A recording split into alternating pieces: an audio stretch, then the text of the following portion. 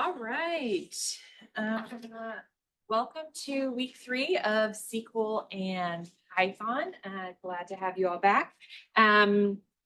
Today in our session, we are going to not talk about SQL at all, really, which is what we covered in the first 2 weeks of this workshop. And we are going to fully get started with Python.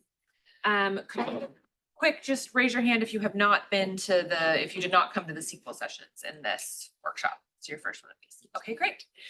Totally good. This is a good one to pick up on because we won't be building much on what we did the last couple weeks, except for the tool that we're going to be using. So for those of you who were here the previous weeks, we're using the same tool, which is Hex that we used in the last 2 sessions. So make sure you log in to Hex as you did before. You should see a fall 2024 week 3 thing.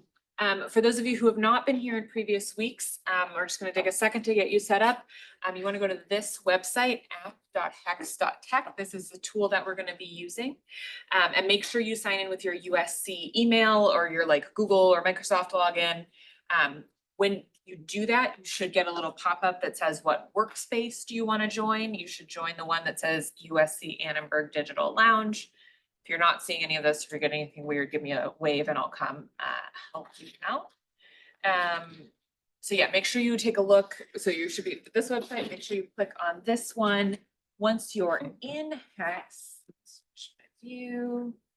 once you're in Hex, you should click the little Hex icon on your upper left. That should get you to a central repository of projects. And you're going to be looking for the one that says Fall 2024 Week 3. Fall 2024 Week 3.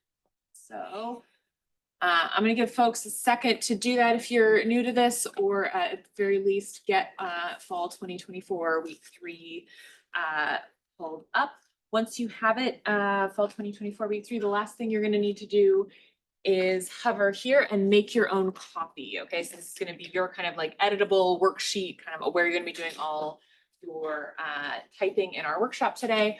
So you're going to do the ... You're going to go to duplicate, and you can just name it, your name, copy, something like that.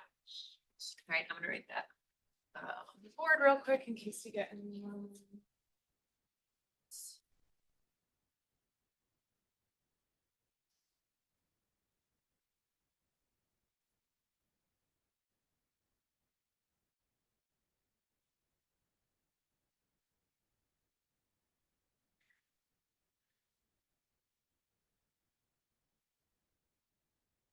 Okay.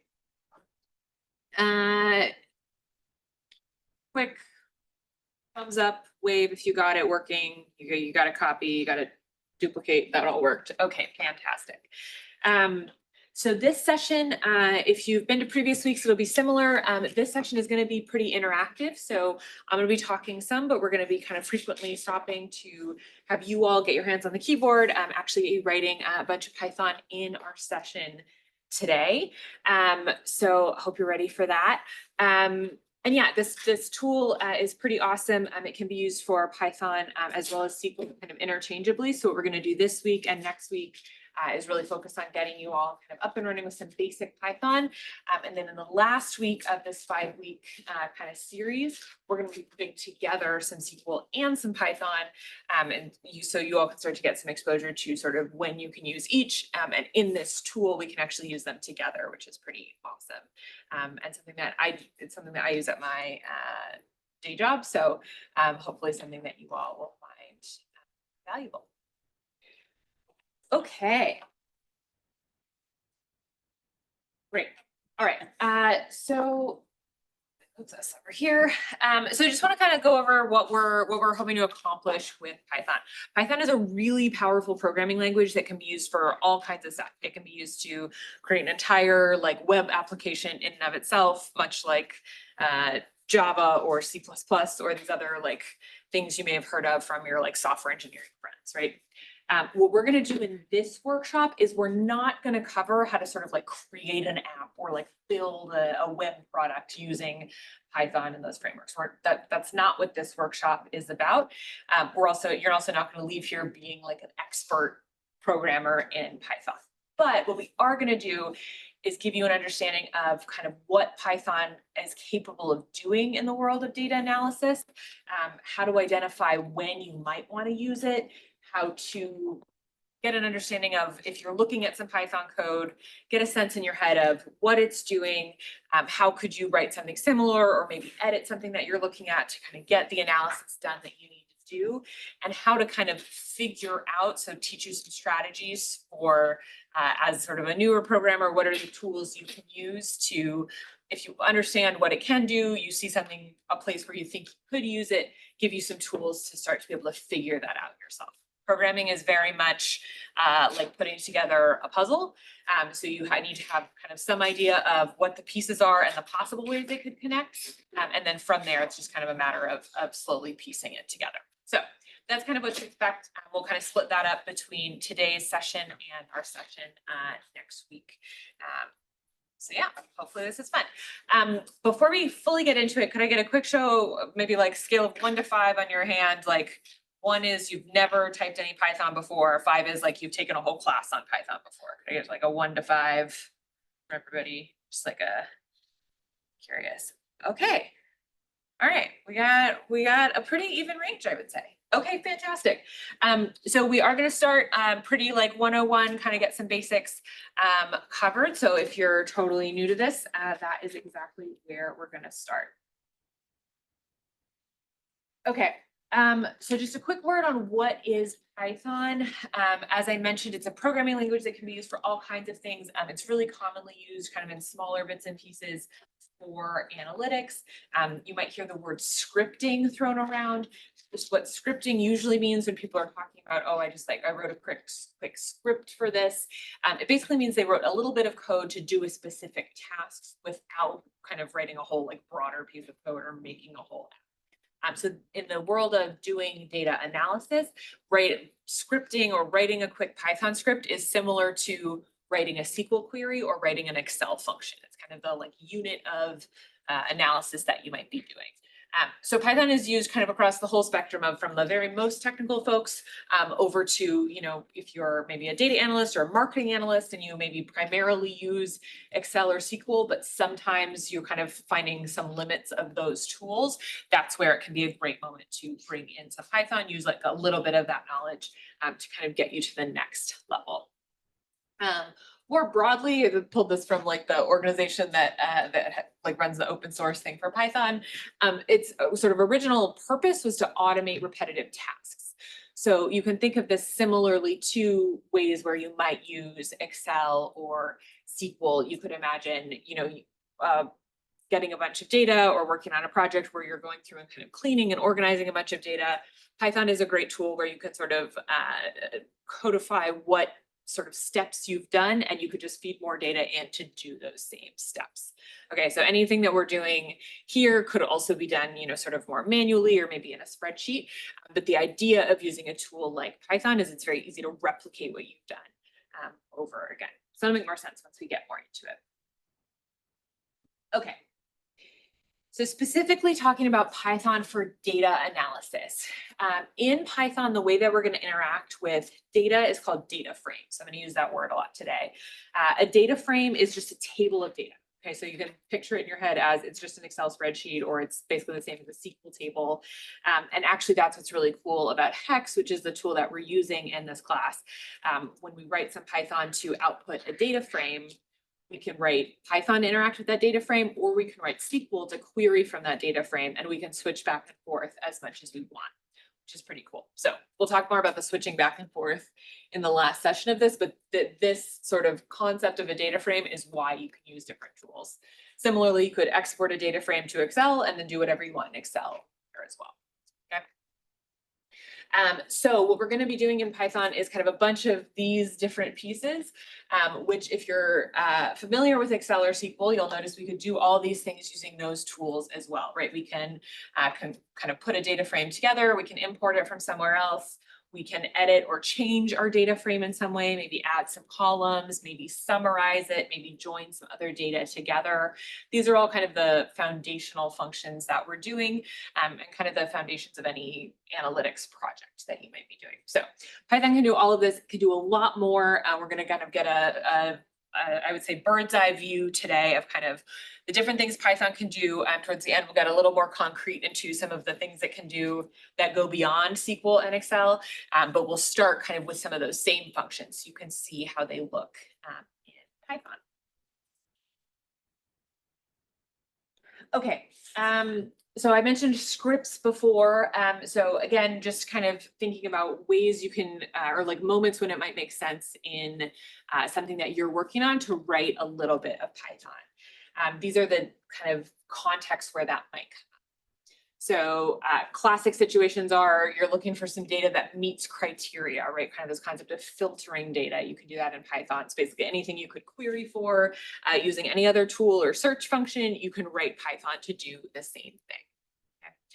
Okay. We can also clean and manipulate data. So something that we're going to look at today a little bit is text data. Okay, so we have blocks of text. There are a variety of different ways that you can analyze text as data, right? What words come up most frequently is one of the most common kind of basic forms of analysis. That kind of analysis is pretty annoying to do in Excel or SQL, but is much, much cleaner and much more powerful tools exist for it in Python.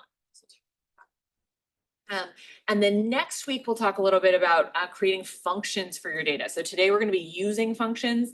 Again, similar to Excel, if you use VLOOKUP or an if function, any kind of Excel function, even basic math, we can do all of that in Python. And we also have the added ability. So again, kind of going to that next step of when you hit the limitations of other analytical tools, you can create your own function. So if there's some sort of analysis that you're doing repeatedly, you can sort of tell it what that set of instructions is and then run it on any other data that you might get in the future. Okay. We can also kind of use it to extract data, to prepare data for display, to do some kind of reporting or dashboarding, and then also kind of use it in a broader workflow to prepare your data for use in SQL. So SQL is definitely easier to learn. It's a bit of a simpler tool than Python, but you can do there's some steps that are easier to do in Python. Like I mentioned, maybe with your text data, you can do some cleanup, kind of get it to that point so that you can maybe hand it off to somebody else who you're working with who does know SQL, or just so you can switch to SQL if that's something that you know better. So just allows you a lot more flexibility. It's kind of one way I think of Python as sort of like the adjustable wrench in your toolbox. Okay, it can be used for a lot of different situations. There's other situations where you have the wrench that's the right size and you don't need to go and use this. That's totally fine. That's your SQL or your Excel or whatever. But this is a really good thing to have in your back pocket for those situations where you want to kind of do the next thing. All right, so the kind of too long didn't read of all that is typically the time you want to reach for Python is when you're thinking to yourself, there's got to be a better way to do this. You're doing a bunch of kind of like manual work or repetitive work in your data analysis project, and you're just like, man, there's got to be a better way. Python is often the better way. So that's kind of a signal that you might want to start looking into using it that step in your project. Okay, I already talked a little bit about this with Hex. We're going to be primarily focusing on the Python functionality today, but we will get into bringing it in with SQL queries as well. And it's also got some built-in visualization tools that are very similar to other tools you might have used, Looker or Tableau or any of those kind of data visualization tools. They all work pretty similarly. And so Hex has some built-in tools there.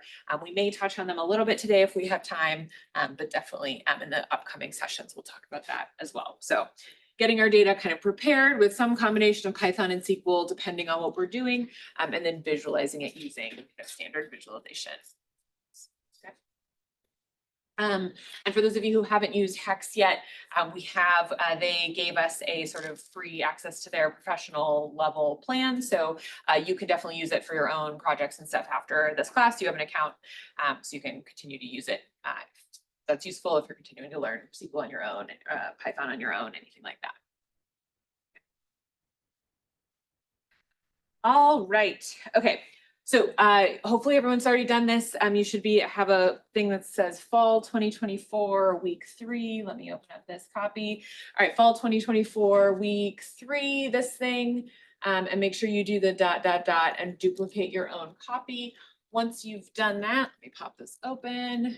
You should have something that looks like this. And it should say like copy of, or like some title that you typed in up at the top. Okay, does anybody not have a copy of this ready to go? Getting an access issue, error, anything? Okay, all right. Fantastic.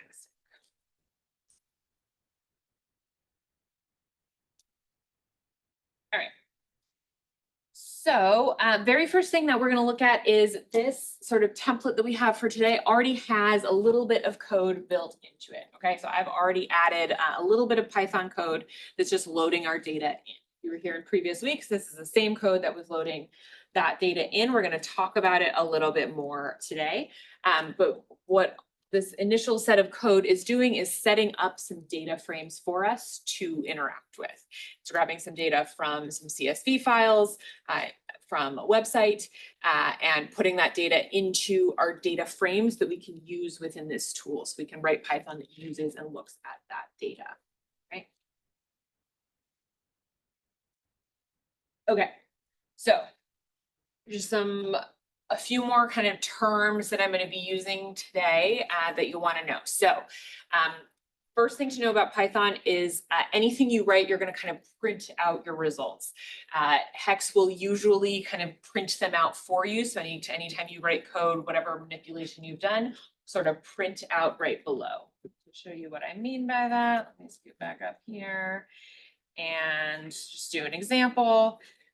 If I do the most basic kind of code, say just some basic math, 2 + 2, I'm typing that in, I'm hitting the run button in my cell, or I'm hitting Command Enter on my keyboard, it's going to give me a result right below. Okay, so a lot of what we're going to be doing today is typing a little bit of Python, hitting Command Enter and seeing what it spits out, all right? If at any point it's not spitting out something here that you want to see, most of the time it will do it for you. You can do print, open parentheses, close parentheses around anything, and it will print out your results for you, okay? Most of the time it'll be showing up for you, but if something's not showing up, you can wrap a kind of print, open, close parentheses around anything to make sure that it's showing you the results. Also in Hex, this little thing can be collapsed. So if you see this little result collapsed thing defaulting for you, you can just hit the little arrow and it'll pop. All right, just as kind of as you're navigating in between any of the existing cells, these little blocks here, you can hit this plus sign that says add cell. Today, all you're going to be clicking is this add Python cell, which is just telling it that Python is going to be what you're typing in that cell. So you can add as many of those as you want. You'll kind of be adding those as we go through, following along my examples, doing our little activities.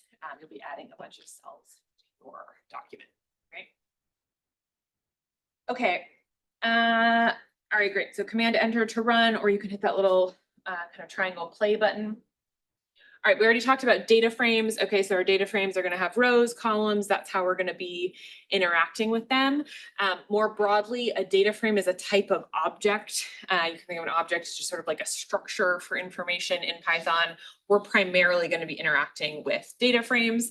But if I say object, just so it's kind of like a structure for data, we're going to primarily be working with these, just sort of think of it as a spreadsheet. I touched briefly on functions earlier. So functions, we're going to be using many of the built-in functions. I just used one when I typed in 2 + 2, right? The plus is like a really basic math function. That's a built-in function that I'm using. I didn't have to tell it how to add numbers together. Okay. So we're going to be using a bunch of built-in functions. And in our next session, we're going to talk about how you can create your own functions a little bit. All right. But functions are essentially just either one simple step or many more complicated steps that get sort of implemented on your data. You're taking your inputs, you're doing some sort of change, you're creating an output. Okay. And then libraries, we are going to be using a little bit today. Libraries are just a bunch of functions that somebody else already wrote, usually to solve kind of some common problem that you can just use. Okay, so you can import a function, essentially kind of like grab, it's like free ethical plagiarism, right? Just grab somebody else's code, use it for the function that you want to use it for. Okay, so Those are just some terms I'm going to be throwing around a little bit today. All right, so we are going to write our very first bits of code. We're going to do that to look at some columns and rows of our data tables. So very first thing that you should do in your copy of this document, you should hit run all. In the upper right, you should see a pink like run all button. What that's going to do is it's going to run these two chunks of code I've already got in here for you that are creating our data tables. Once you hit run all, you should double check that it worked. The way to do that, on your left-hand toolbar here, you'll see our little data store icon. It looks like a stack of cookies with a lightning bolt, okay? It's our data browser. In our data browser, you should see something that says data frames in your project, okay? The code that's already in there created these data frames for you, okay? So when you click on data frames in your project, so we're just in data browser and then our data frames, you should see several things that are already in here, okay? I've loaded kind of two different types of data. One is data about every episode of the TV show Seinfeld. And the other data is some data related to the 2024 Paris Olympics. Okay, so that's kind of some of the data sources that we're going to be looking at today. So once you've run everything, you should see something like this, a list of these green titles popping up in your data frames section, and it's going to give you an estimate of how many rows are in each table. Does anybody not see this in their under their data frames?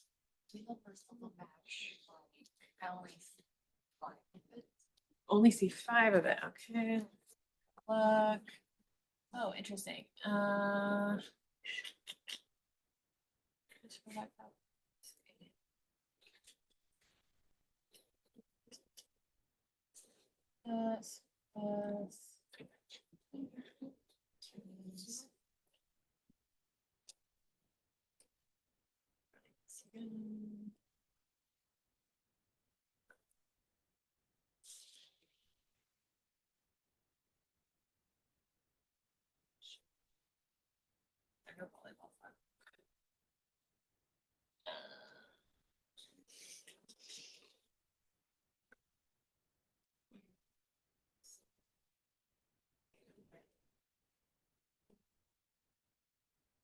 I don't think we're actually going to use the volleyball data, so I don't know why yours wouldn't have that. Yeah. Okay, so you got to hit run all first in order to have, yeah. Hit run all, and once it runs, yeah, the data frames pops up. Have everything. Interesting. Okay. If you go to the file below, yeah, that guy.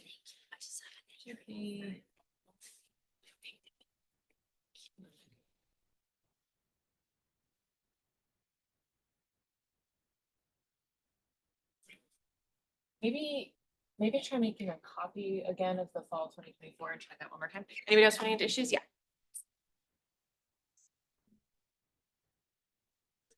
So you got to hit run all first. And then if you go back to all sources here, data frames in your project, and they're there. Okay. Yep.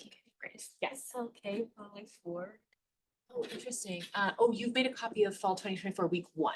You're Oh, going to want sorry. fall 2024 week 3. So go ahead and make a copy of that one. Yeah. Yes. Question.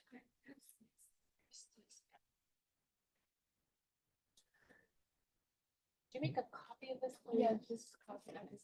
Oh, you changed the, okay.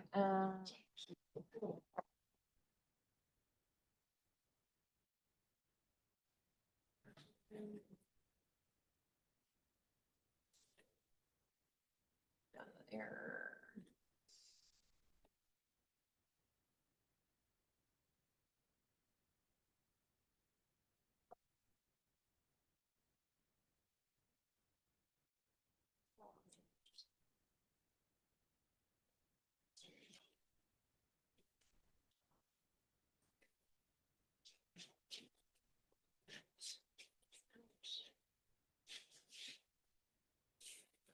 No, right, this is where I did it. Anyone else having errors, issues? Anyone back to you got it working? Yeah. Okay. Wait. Other issues. Everybody sees data frames in your, scroll back up So you should be in data browser, data frames. You should see a bunch of stuff right here. Anybody else not see that?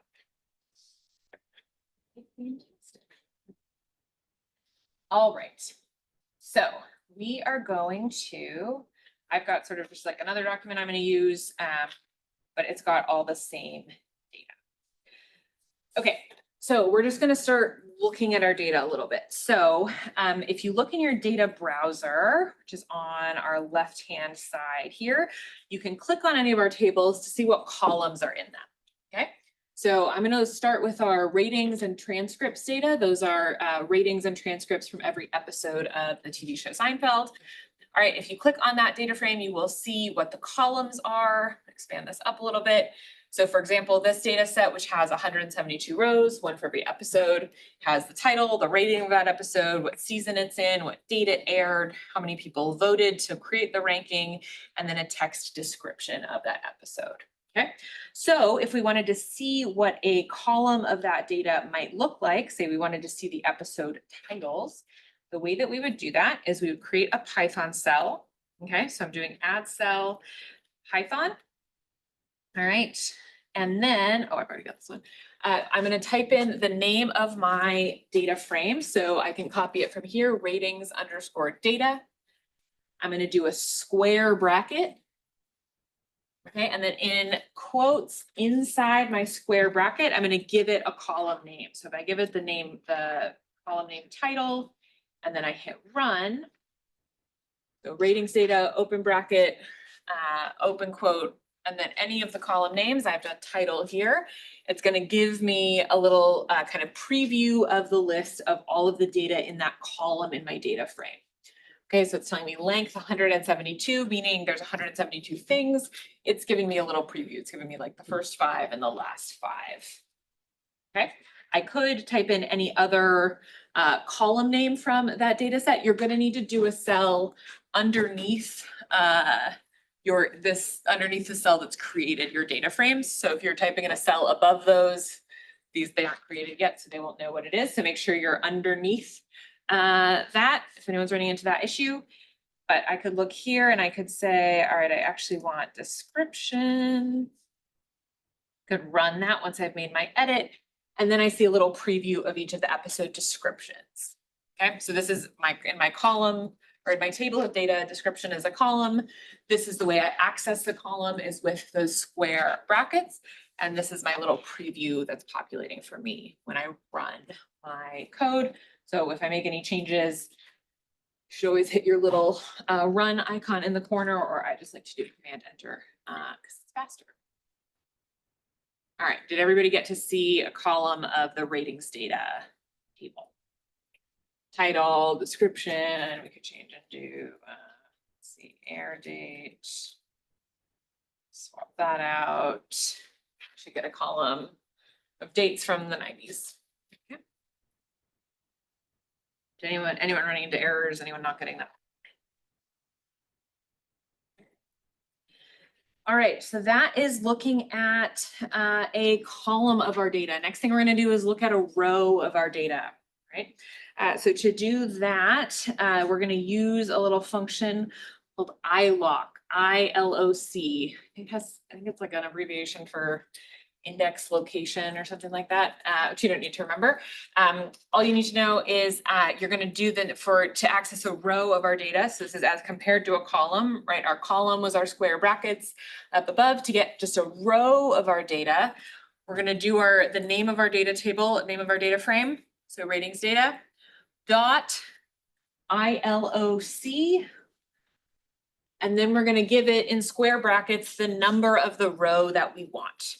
Okay, so we know from our little data browser over here that this data frame has 172 rows. So I could give it any number between 0 and 171, and it'll give me that number row of my data set. Numbers are going to start at 0. So when I put my 0 in my square brackets here, it's going to give me the very first row of my data set, and it's going to sort of print out for me in this column, here's what's in this row. In this column, here's what's in this row as a little preview. Okay, so I can change this number. Let's say I want to know what the 100th row is, and I'm going to run that. And I'm gonna see that the season number changed, the date changed, whole description changed, et cetera.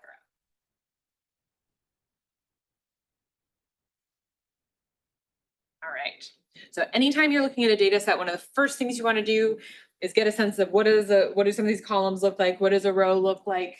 And you can also just do some preview of the first several rows of your data set. So another good thing to do when you're first working with a data set, we'll do this for our transcripts data, is to look at just the first few rows, which there's a special function called head, which is just going to give you the first several rows of that data frame in a little table format. Okay, so I'm going to do transcripts data dot head and then open and close just regular parentheses, so not the square ones here. And that's just going to print out in a nice little handy table for me, just the first, I think it's 5 rows. Yeah, first 5 rows of whichever data frame I've given it. So you could do this for any of our data frames. I've done it for transcript data. So we can see here some columns, character, what the line of dialogue is, what episode number it appeared in, et cetera. So you can get a sense from looking at this, that this data set is 1 row for every line of dialogue in the whole TV show. So that makes sense why there's 54,000 rows. I would expect a lot of rows per episode. Right. Okay, so that's some very basic, kind of your first little bits of Python, interacting with our data frames, starting to understand how to grab columns, rows, etc. Okay. All right. Okay, and then anytime you need your data browser, so you're going to be referring to this a lot as we go through the class, you can expand and hide it with this little icon right here. So you can always see what all the names of your existing data frames are, and also what all their column names within each one is. Okay. Great. So the other thing that we should do is just give you a chance to understand kind of what the various kind of functions and types of information in our Python cells we can kind of interact with. So I already did some basic math. You can type in any basic math like you would into Excel or a calculator or anything like that. All right, so I already did some little math. I can also do math with bits of text. So for example, if I type in anything in quotes, it's going to read as text. So I could give it cat plus dog.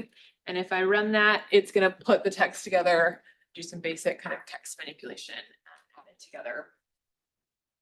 For example,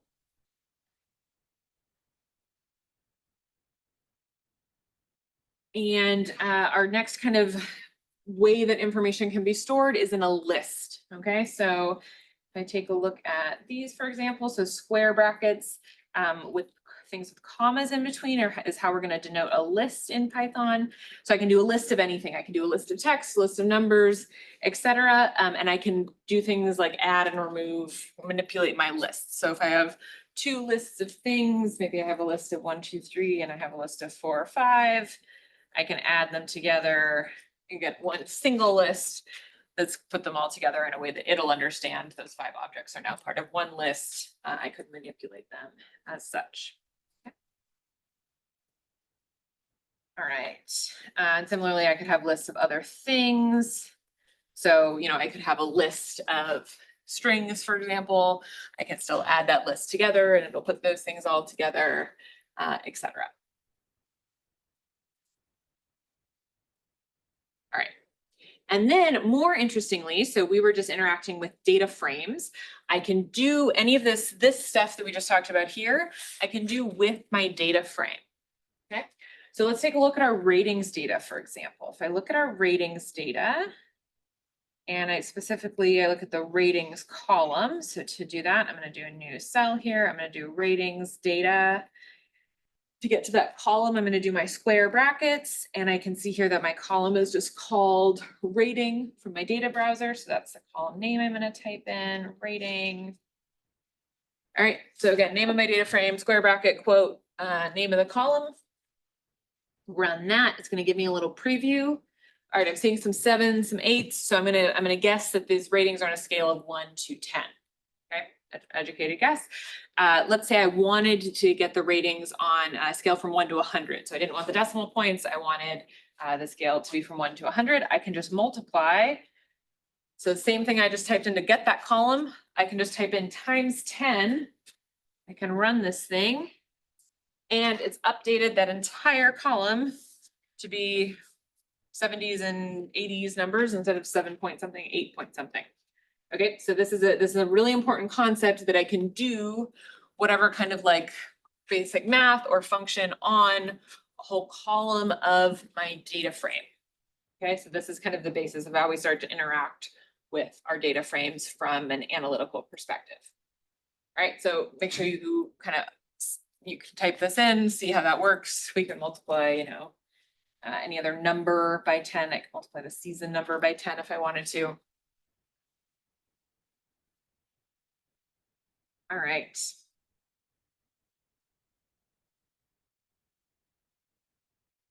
Okay, so we just talked about kind of some of the basic types of data. The reason it's important to know about types of data is sometimes if you get an error message, a common reason you get an error message is if your data is the wrong type. Okay, so strings is any kind of text, almost always in quotes. A number, pretty straightforward. A list, that's anything in those square brackets with commas. The things within the list can be anything. They could be strings, numbers, etc. And then data frames themselves, right, are a type of data. All right, and then the last kind of concept, as far as kind of basic terminology that I want to talk about today, is variables. So variables are something that we're going to use to store our data temporarily. You could think of this similarly in Excel. You might do a formula to figure out some piece of information that you're going to then use in your later analysis. You might refer back to that cell. You could think of that as a variable. It's just kind of any piece of information you want to store. You can make up a name and store it there. Example of that here. So for example, let's say you've got two lists of text that you want to combine and you want to store it so you don't have to type out this entire list the next time you want to refer to it. I can create a variable called favorite snacks. I can give it some sort of basic function, in this case, a little addition or a little list, an addition of two lists in this case. And then later I can just type in favorite snacks and it's going to remember that it's this whole list of apples, Nutella, and gummy worms. All right, this also kind of ties into hex being kind of like a vertical, I guess lineage would be the right word. So anything in a cell above where you're typing, it will know about and can refer to. You'll see that this was in cell 20 and 21 that I was typing this in my kind of test notebook. If I had typed the phrase favorite snacks in cell 19 up here before I defined it, it would have given me an error. It would have said, what are your favorite snacks? You've never defined that for me. So anytime you're defining or using a variable, just make sure your places you're referring to it are below where you defined it. We'll be working pretty linearly down our documents, so that should be pretty straightforward. All right. So the concept of variables will maybe make a little bit more sense when we think about adding to our data frames. So anytime we're doing some sort of calculation or manipulation or adding information to our data table, we're essentially going to be creating a new column or maybe in some cases a new row. And you can do that by just giving it any new kind of column title that you like, and then giving it some sort of data to fill that column with. So this, you'll notice, is that same little function I just did before. So I took the rating column of our ratings data table, multiplied it by 10 to get a number on a scale of 1 to 100 instead of 1 to 10. I can save that information to our ratings data table in this brand new column that didn't exist before, new score. This is a new name I made up. And this equal sign is what's going to kind of assign or save this information into this new column that I just made. All right, this is a really simple example because it's not hard to multiply a column by 10, but you can imagine if you're doing some more complicated kind of analysis or functions over here, it's very useful to save that information back to your data frame, so you can go use it. All right, so to show you what that looks like. Somewhere, yeah. Okay, so I have my ratings data here. This is where I just sort of did my little math so I could see what it looks like. If I keep that, so keep that same thing, I just copy pasted that down here and add a new column to my ratings data set, I can actually see in my ratings data for here that I have a column for new score, okay? You won't have this in your data frame until you type something like this in. And as soon as you run it, you'll see a new column pop up here. I could do another column, for example. Let's call this ratings data, another new score.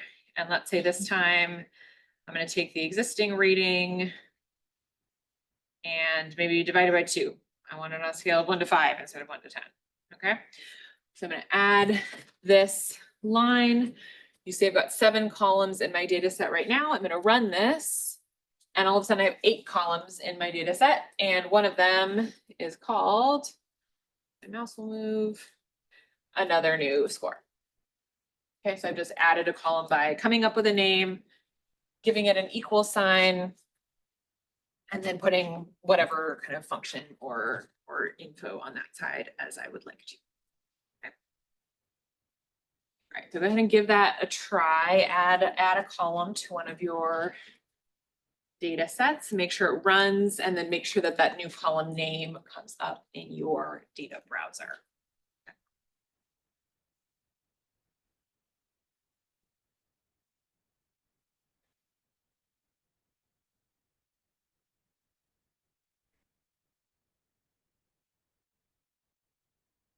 Anyone get any error messages, any issues?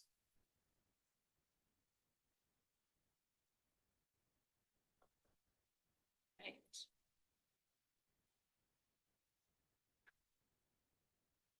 And then like any other column, if I want to look at the results of what I did, I can just type in the name of that column in my square brackets and quotes. So there's my new score, a little preview. If I wanted to see that second new column I just made, I just type in the name of it, another new score. And I see that it's given me those sort of same numbers, but divided in half. So sort of me putting it on a different scale.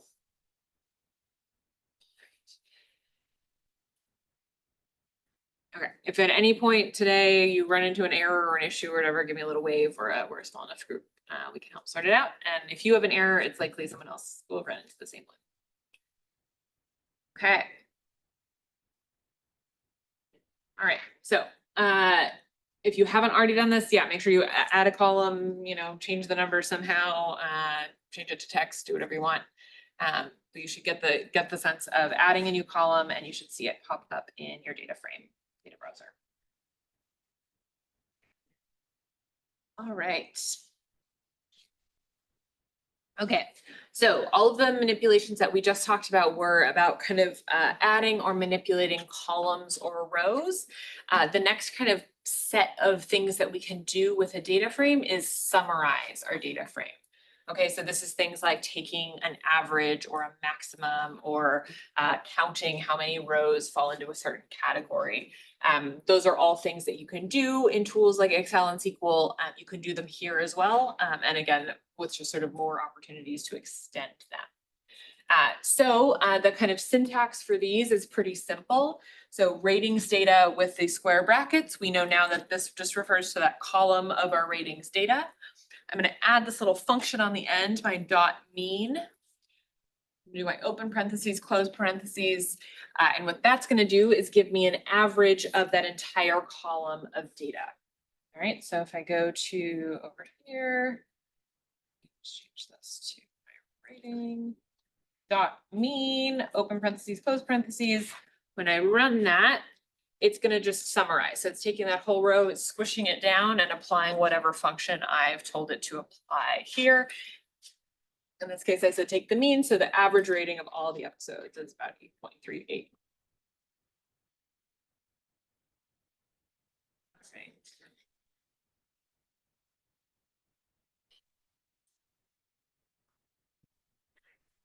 Okay, So any function that I'm applying just on the end of that column name will apply to that entire column. Where it starts to get a little more interesting is that I can apply some different kind of subgroups. Okay, so for example, you can imagine I might want to know the average rating per season. Okay, if you were in the SQL class, you remember we did this same query in SQL. We're going to do it here in Python as well. So the only difference between this and this is I'm sort of inserting this little chunk in the middle to tell it what I want to group my data by. So in this case, I want to group it by the column season. Yeah. Okay.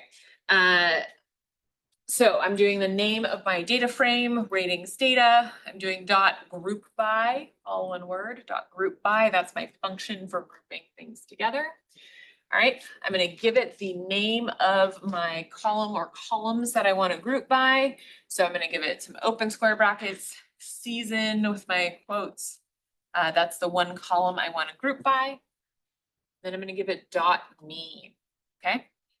And my result here is that it's going to go into my ratings data frame.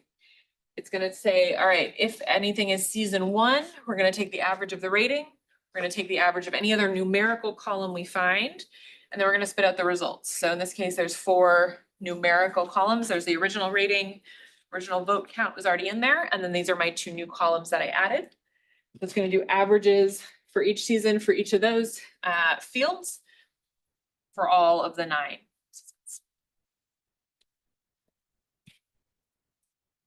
All right.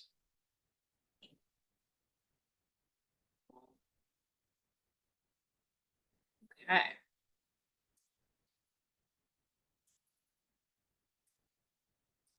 All right, so using our dot mean, see if you can find the average number of vote counts in our rating table.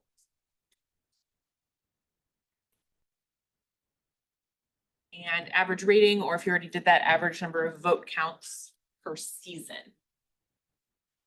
Okay, I'll pull up what I just did. We're going to use our dot mean and our dot group by.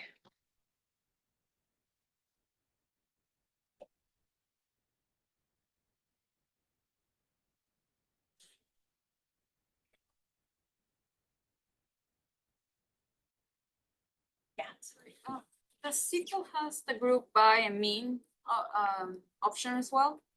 So yeah, the way you would write this in SQL is you would do select average of the rating from table group, and then the group by part comes later. So it's formatted a little differently, but you can definitely write a SQL query. It's a different command. Yeah, so all of these are going to be like formatted a little differently, but yeah, doing the same concept. So besides the flexibility that Python gives you, that you mentioned that you can put in a SQL and Excel, what would be like the other main difference between Python and SQL? Yeah, great question. Some cases it's going to be just whatever kind of team you're working on. Some people are going to, you know, the more people on the team know SQL or more people on the team know Python. Sometimes that's just a reason. Python, we'll get into it, can do a lot more than SQL can. So if you're just doing basic stuff like this, you could use whichever tool. I'm teaching you all the foundations of this because we're going to do a little bit more advanced stuff with Python that you can't do in SQL. Some more kind of text manipulation, that kind of stuff. That you would need to switch to Python for if you were doing, say, this phase in SQL. What do you mean by text manipulation? So for example, we're going to look at of all the episode descriptions for all 200 episodes of Seinfeld, what's the most common word that comes up in those descriptions? That is a question that's kind of hard to answer in SQL. It's kind of a pain to like manipulate text like that, like go through each description, look at each word individually, count them all up. Like that's not as easy in SQL. That's pretty straightforward in Python, as an example. So just kind of depends on the question. And that's part of what we're trying to, I'm going to try to give you some outline of in this class is what are the types of things where you might want to use this tool. Yeah, good question. All right, anyone have any issues, errors, group by, mean? Making sense? Okay, cool. All right. Okay, so we started with mean as an example, but there's a whole host of other functions that you can use in this same way. Okay, you can use them kind of on their own or with this group by function like we just did with me. Okay. So just to talk through a couple of options that you have available to you, instead of .mean, you could do .size, which will count the total number of rows in your data set. Very similarly is .count, which will count the total number of rows that have a non-empty value in that column. So for example, let's say one of our data set was missing a rating for an episode for some reason. We had a data quality problem, it was missing. .count would turn up one fewer total number than .size would, okay? Because if there's anything empty, any row that has an empty value, .size is gonna count it and .count is not.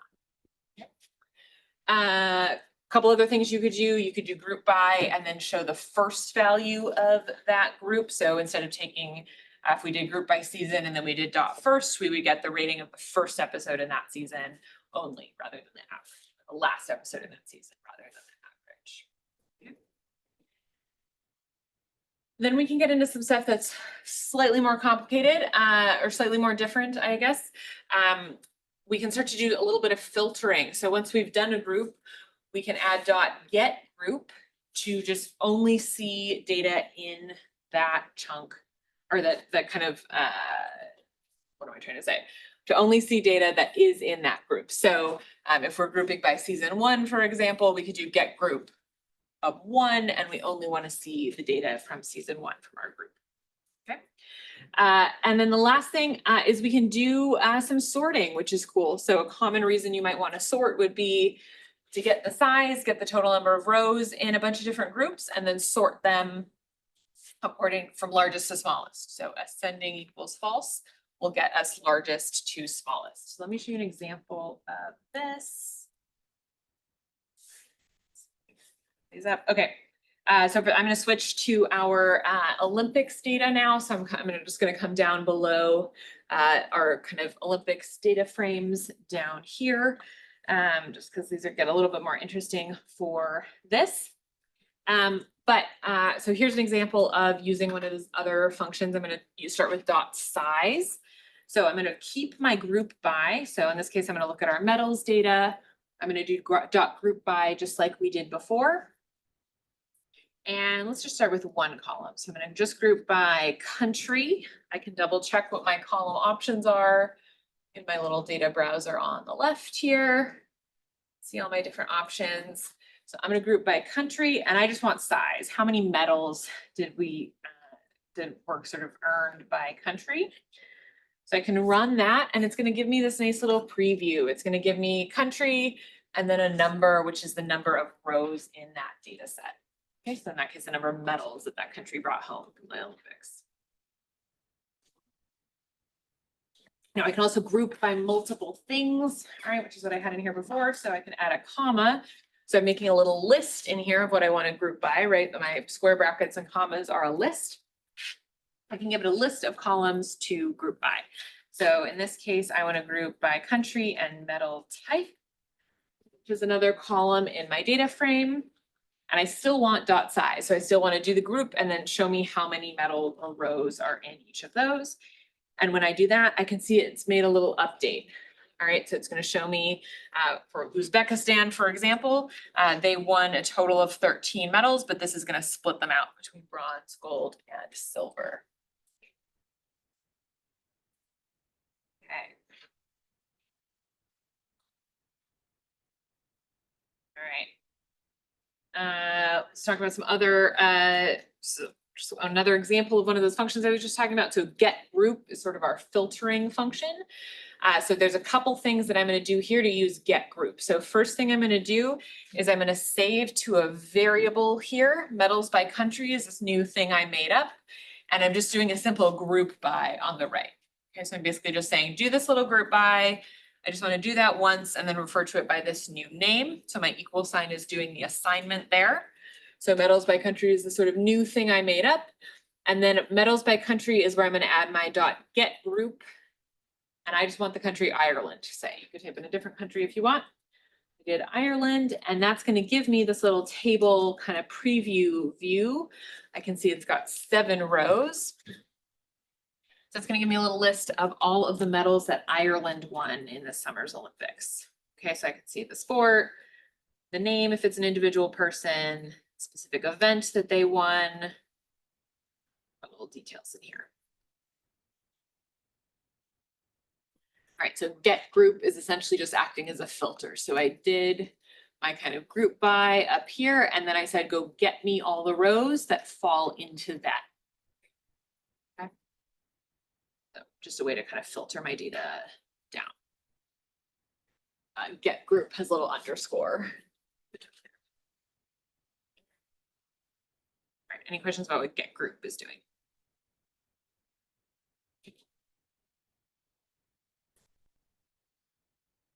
All right, do I have an example of size?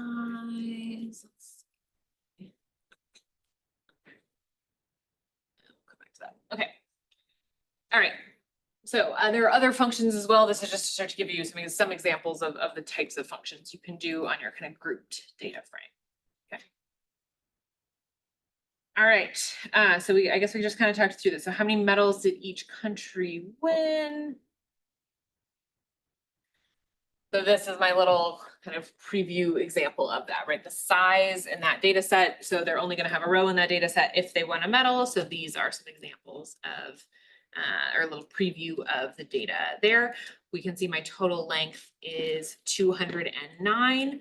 We can see that my original data set was 1,044. So there's about 200 countries that won those 1,000 medals.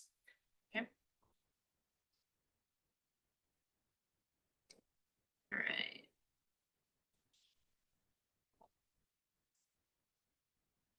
Okay.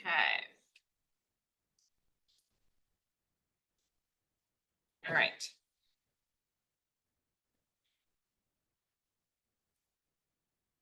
Should we get it to? Okay. All right. So I think we got a question earlier about kind of like why, everything we've covered so far, you could do in Excel, frankly, or it wouldn't be that hard to do by hand. You could do it in SQL. Why would we be using Python? So I wanted to touch on an example of the type of thing that we can do in Python that's harder to do in other tools.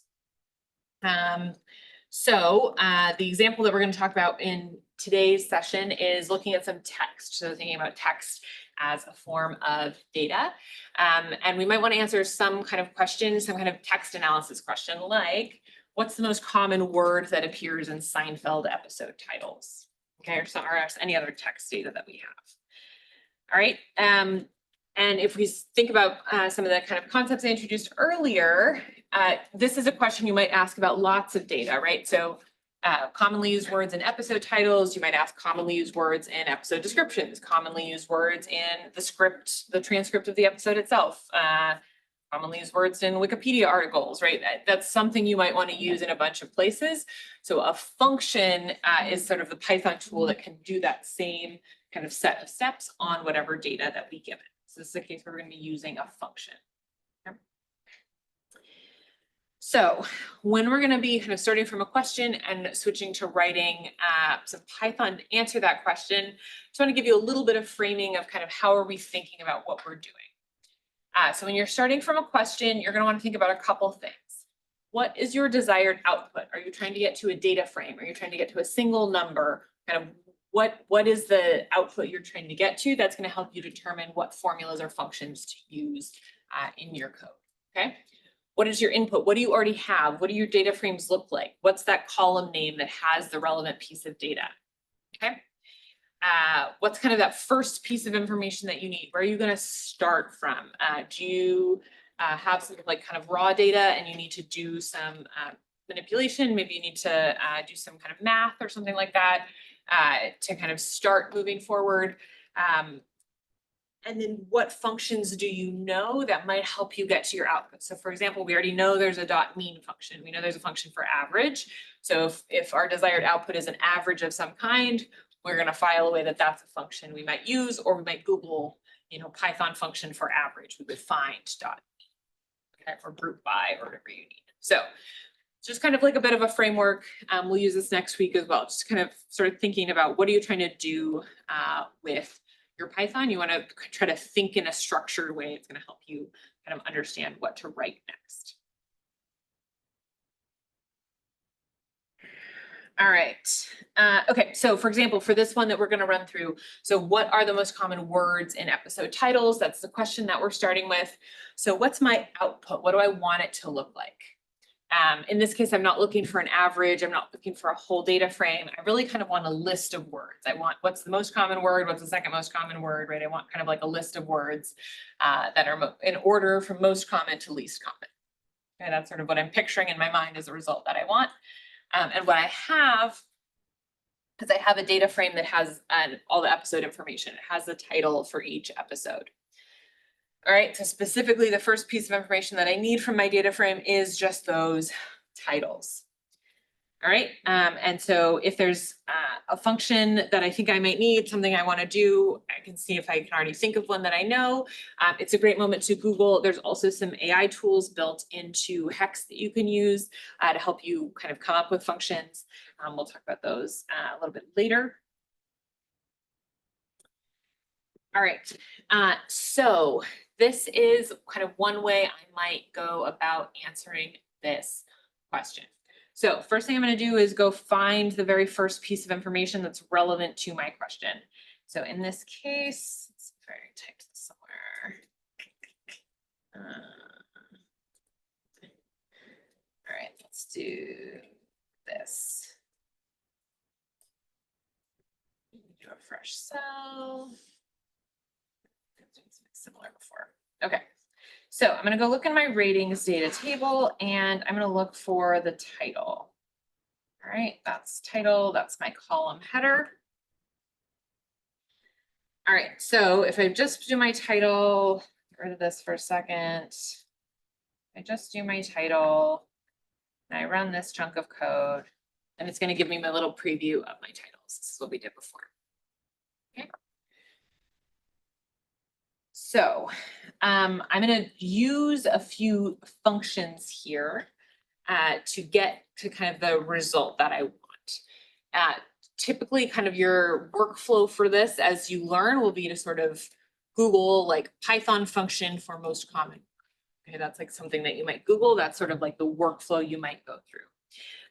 What you need to know is what is kind of the chunk of your data frame that you need. And then if you're looking at some other code that has, is referring to a different data frame, but is doing the same sort of function that you want, you can apply it to your data frame. So to explain what that means, these are a bunch of functions that I can apply. Now, I haven't taught you any of these functions yet. You don't know what any of these functions mean, probably unless you've encountered them before today.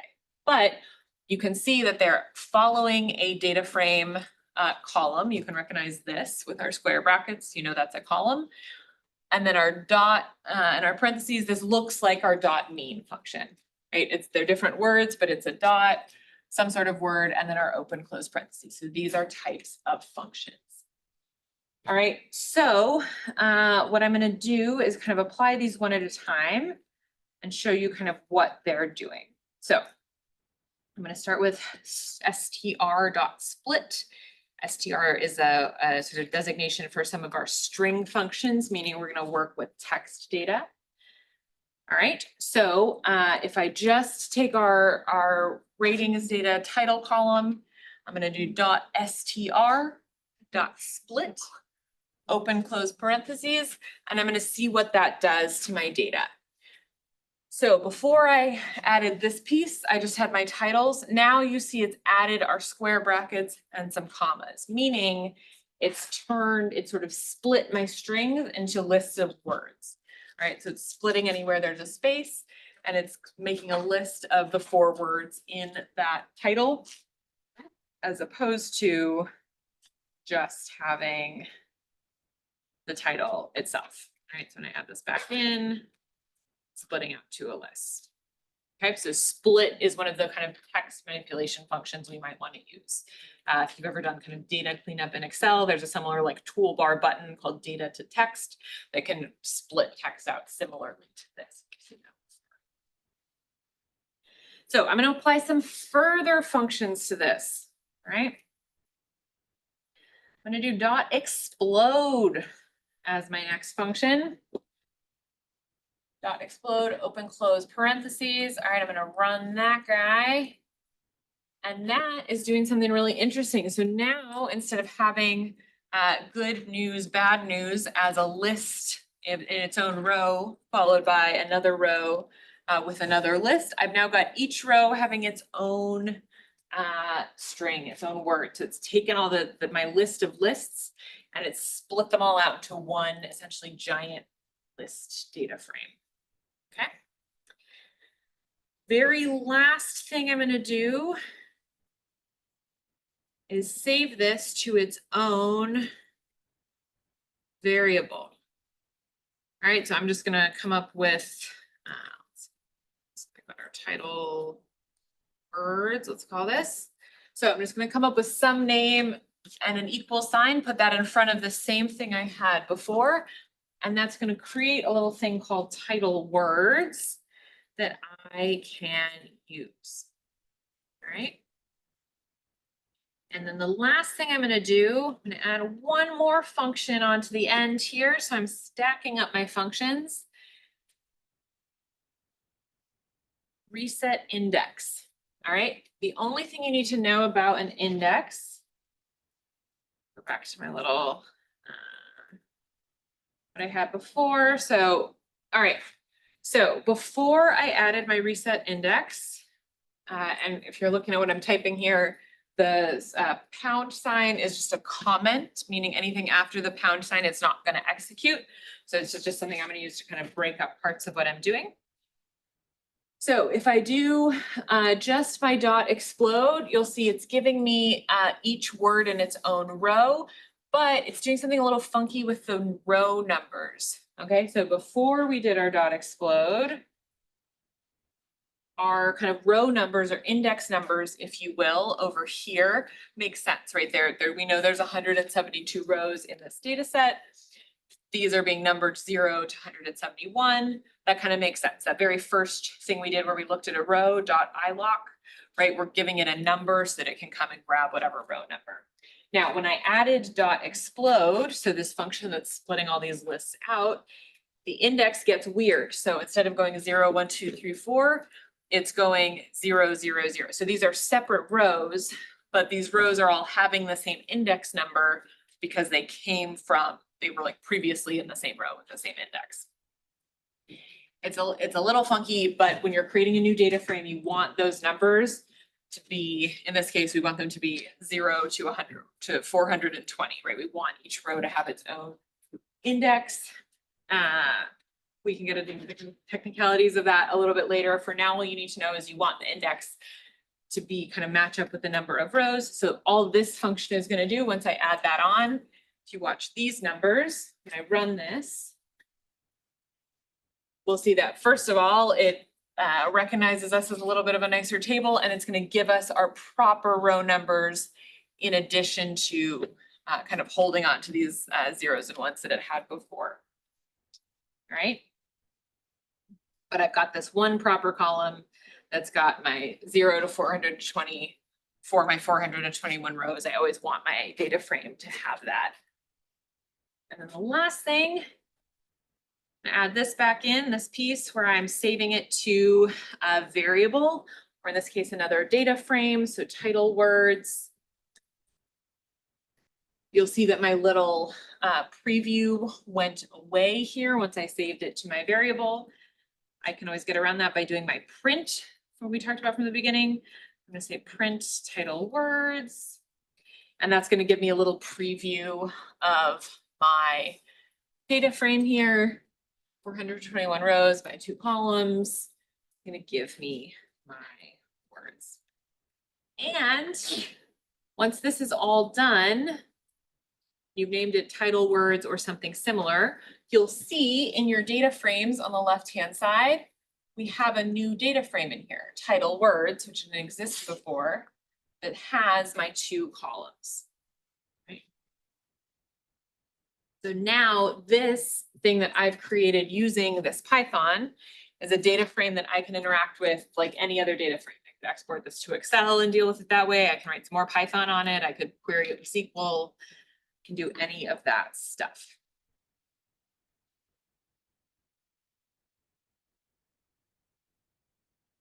All right. So we used a bunch of functions here. These functions are doing some different things. The purpose of this is not to sort of memorize each individual function, but to sort of show you the types of things that you can do with functions. So any questions about sort of how this is operating or what any of this is doing? Feeling okay so far? All right, great. Okay. All right, so next thing we're gonna do is use a library, a function from a library, all right? I already have my. Skip ahead to this.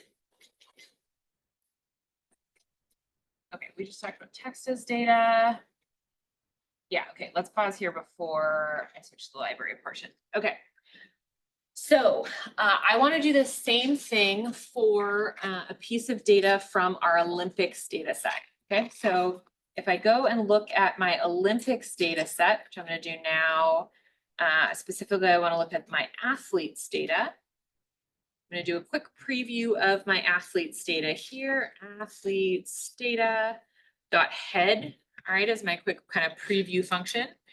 So if I do that, it's going to give me a few rows. There's some pretty interesting data in our athletes data set, including for each athlete, there's an option where they can put in their philosophy. What is their philosophy of being an athlete? Kind of interesting. It's a chunk of text. Not all the athletes filled it in, but a lot of them did. So that's some other text data that we want to look at. So your task is to, from our athletes data, this philosophy column. All right, so for the philosophy column in our athletes data set, I want to do the same thing that we did up here,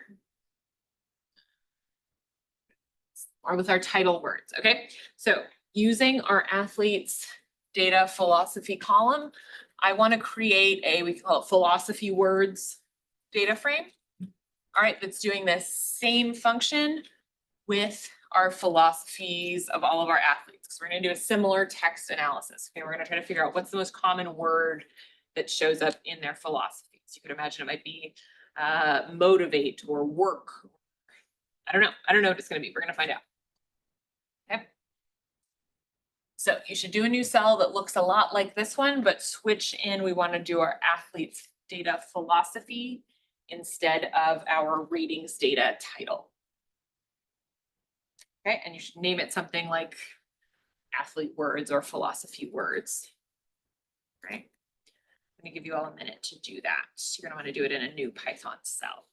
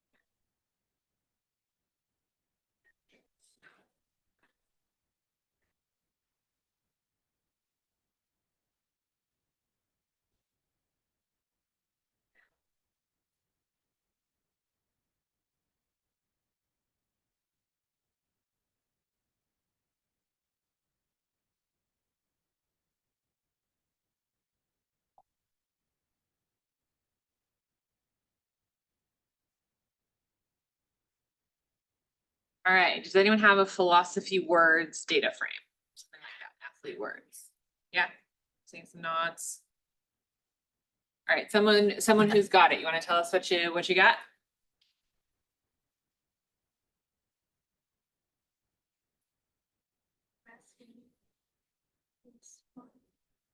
Sorry. Okay, fantastic. All right, so you got, what was your name? Jackie. All right, so what Jackie's got is athlete words. All right, did I spell athlete correctly? Yes, I spelled words wrong. Okay, athlete words equals, okay, so setting myself up to do another data frame. I'm gonna go with the data frame that I grabbed it from. So you had athletes data.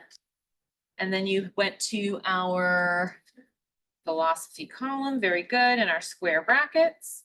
All right. So sorry, I'm down here at the bottom. All right, so very similar thing. And then I've added those same functions onto the end. So in this case, I'm going to come up here and copy paste these functions that I wrote before, tacking them on down here. So same thing I'm doing, I'm splitting out my string, I'm exploding them into different rows, and then I'm resetting that index so that it gets recognized as a table. Okay, I'm going to do that. It's going to run. I'll see that this highlights in green. That's a good indication to me that it is recognizing it as a data frame. And the last thing I'm going to do is print out athlete words and see what that looks like. Think for a second, because this is a bigger data set.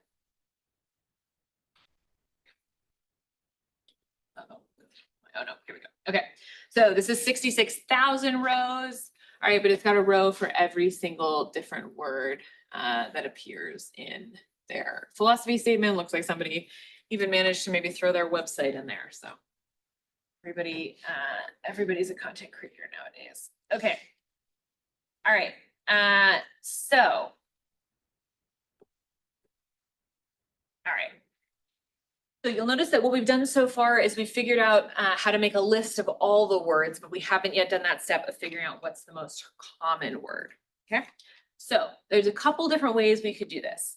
As I mentioned before, so we can use some existing functions. So we can look at some functions that we already know of that are built into Python and figure this out this way.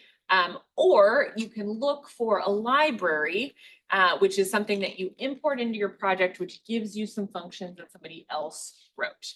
All right, this is sort of like an open source programming thing, very common and a tremendous resource. So you might frequently see code that looks like this: from something, import something else. All right, it's going to highlight those blue from and import words to kind of give you a key that this is what it's doing. And so as a quick aside, that is this code that I keep skipping over at the beginning of every session. All right, this sort of code I had you run at the very beginning that I didn't explain.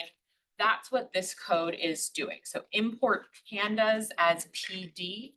Pandas is a library. So it's a set of functions to interact with data frames that somebody else wrote. And it's commonly abbreviated as PD, so just given a shorter name. All right, and then once we've imported that, we can use all these handy functions that it has. So for example, our ratings and transcripts data, so our Seinfeld data that we've used in a couple sessions now, comes in a CSV or Excel file.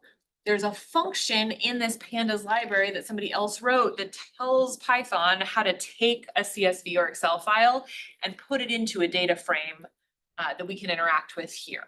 So this function .read CSV, all I'm doing is I'm importing pandas and I'm then asking it to use this .read CSV from its library, and it's doing all that work for me. I didn't have to personally write the code to say, okay, go open the file, grab each row, stick it in a data frame, give it the same name, right? I didn't have to like spell that all out.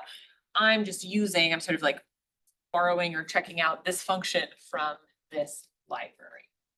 Okay, so anytime you see something being imported in code, that's what we are doing.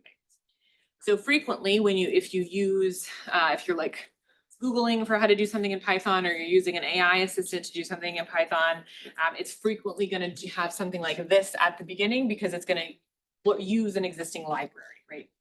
That's a kind of common way that we get things done. Cool. All right.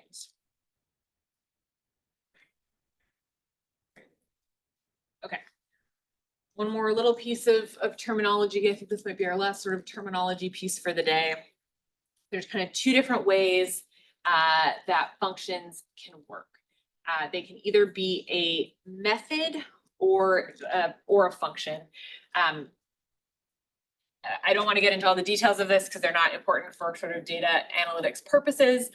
But basically, you might see either a function that looks like this, so something where the kind of function word first and then our parentheses with something inside. So you can think of our print function that we've been using, right? Print, then you put anything inside, is sort of that type of function.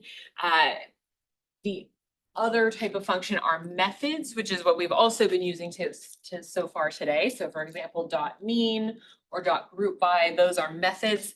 That just means they do it, their sort of syntax is period, and then they're at the end of whatever object we're manipulating.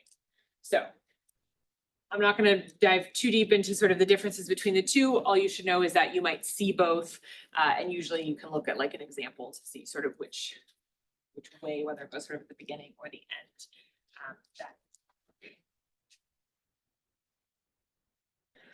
All right, so this spelled out somewhere. Okay, great.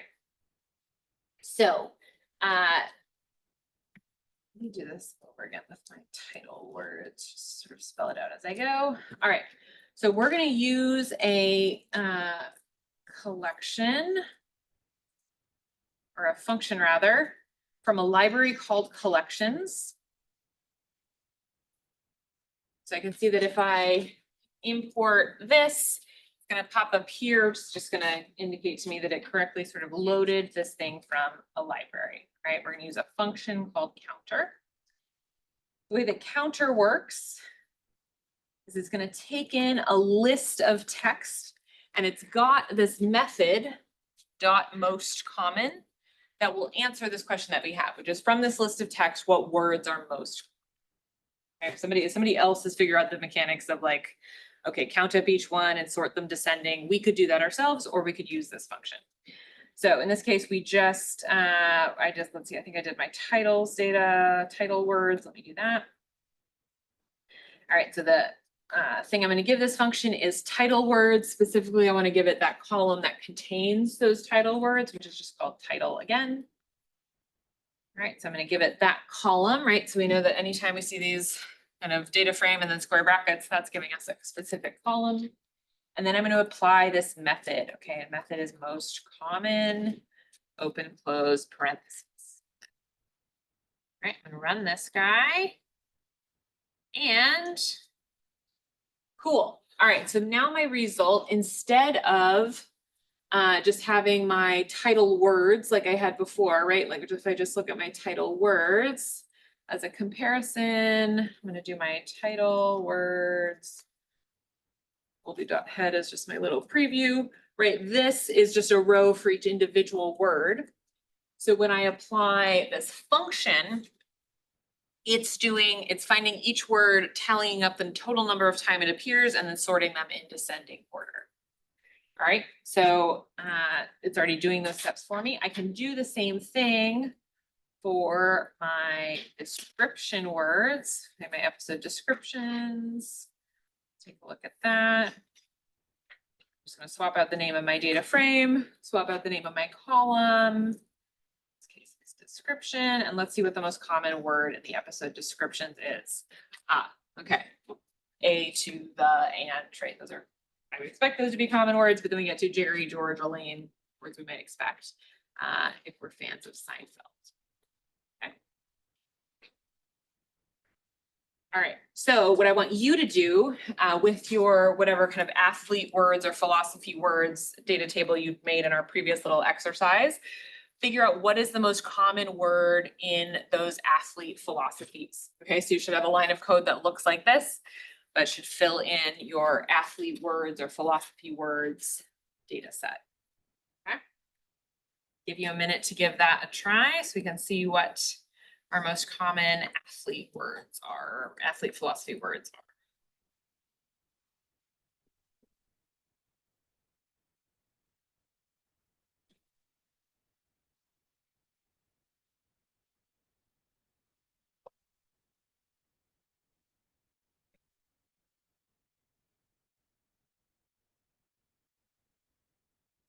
Yeah, okay, I'm here. What you got? All right. Okay, so description words was just one of my examples. You from the previous one should have something called athlete words or something like that. Yeah. I have. Oh, yeah, cause so, right, cause this was just an example I had. Oh, And then we okay. made this one. Yeah, so you should have athlete, you should have something like your, whatever you named your athlete or philosophy thing in there. Is it normal for them to return a like index one? Yeah, because like at first I wrote like this. And they gave me, an index like one philosophy. Ah, okay, great. So you gave it the whole data frame and you just need to give it the column. So your data frame philosophy words should have, let's see, let's go to it in your browser here. If you click on philosophy words, you have two columns in here, Okay. so you need to give it just the column philosophy. So you should have your counter, like see how here I have description words and then square bracket description. So you got to give it that column. Yes, Yes, because yeah, you Because can, philosophy was point, yeah, and then those square brackets, yeah. like this. Yes, exactly. Philosophy. That looks like. Right. So. Oh, yeah, okay, perfect. So yeah, so I think it's just because you have your other print in your same cell here. I would maybe take your lines 4 and 5 and put the next cell down, Okay. just so that you don't have it printing out in the same spot. But yes, then you totally got it. Yeah, question. Yeah, I have a question about a word here. Uh-huh. So do I need to speak or? So we should go check in your data frame what it's called. So athlete words, let's click on this. Looks like it's philosophy lowercase. Yeah, so let's try lowercase and see if that gets weird.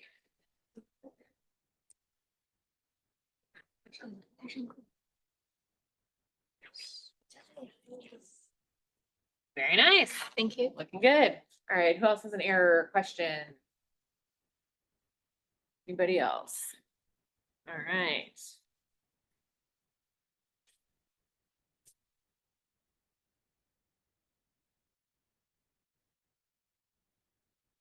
All right, so you should have. Here, this thing, we did our description one. All right. So you should have something that looks very similar to this, except I'm gonna call it athlete words, I think was mine. And then, so you want to make sure you're getting your column name, which you can always check your data browser. All right, check my column name. You should get something like this for our athlete data. All right, now it looks like most of their philosophies are using the most, to, the, and, you, right, all words we might expect. But maybe, always, work, hard, these are like words that are coming up in here, things we might expect to be in kind of an athlete philosophy. Okay, pretty cool. All right. So this is a very, I'm not gonna go through this exactly, but this is a very similar way that we could achieve what we just did. And I'm just gonna sort of talk through the concept of this. We're not gonna go through this piece of code, but you will notice if, let's say we had just given the counter just the straight title column from our ratings data, we hadn't done that sort of split explode string step. If we had done that, just to go up here for the purposes of example, so let's say I didn't do this athlete words, I just did my, let's call it, was athletes data was my raw data, and then it was philosophy. All right, so let's say I ran this function on that. What this is gonna do is it's gonna count the most common, just full philosophy. So this, if all that kind of intermediate step that we did, our dot split, dot explode thing was to get our most common word, okay, to break it down to the word level. You'll see if we just leave this, or if we just give it the column from our original data set, our athletes data was in here when you guys walked into this session. You'll see that it'll count, about 8,000 of them just left that field blank. 11 of them have never give up as their philosophy. Okay, that makes sense for Olympic athletes. But this isn't kind of breaking it down by word. And you'll see immediately after never give up, most of these have only been mentioned by 2 or 3 people, or duplicates of the exact same philosophy statement might be less common. All right, so the reason that we did everything we just did to kind of break it down into different words is to make our analysis a little bit more interesting, right? This isn't that interesting because beyond never give up, these essentially like can't really be summarized. They're almost one per athlete, right? But this is a great example of my little library function. I can give it a totally different chunk of data, right, where it's a long string instead of an individual word, and it's doing the same thing, all right? It's checking if it's the most common by looking for how many exactly match and then giving me a count, right? It's doing that. I'm just kind of using that same function from that same library. Okay.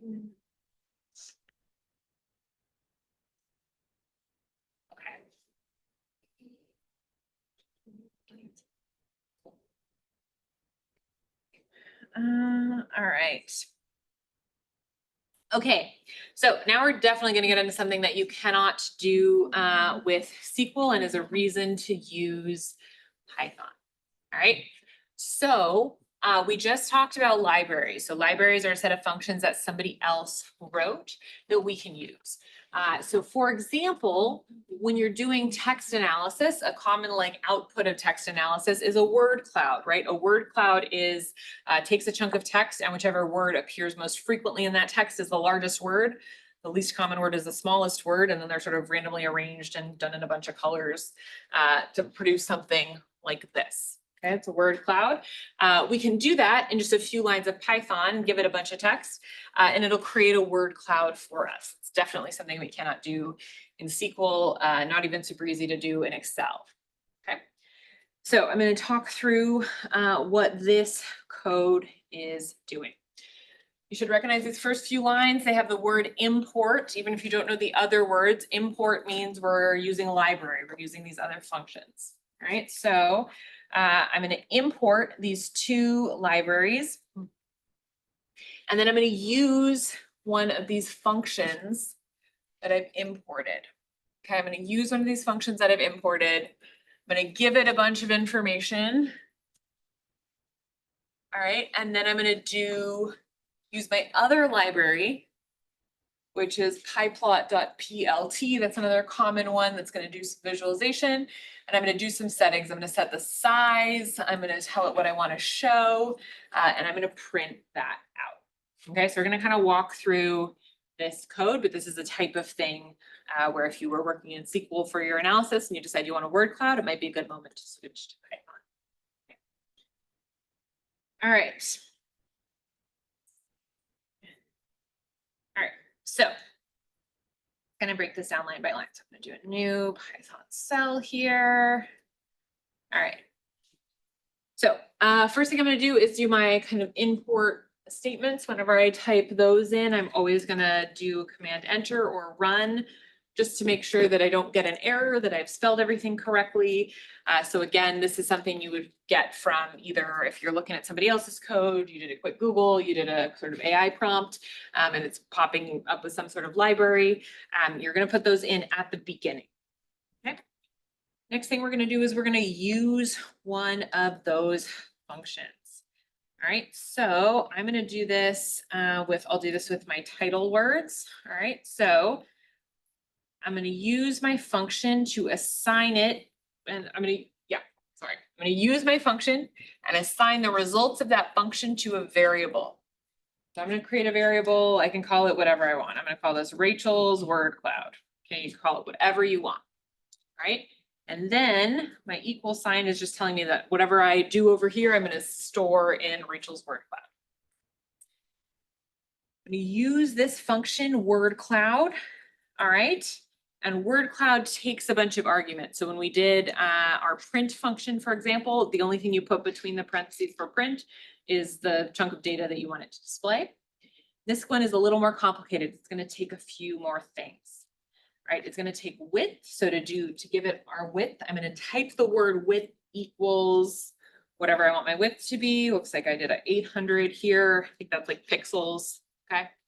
So width is 800. I'm going to do a comma. I'm going to do my next argument. Very similarly, I'm going to do height equals 800.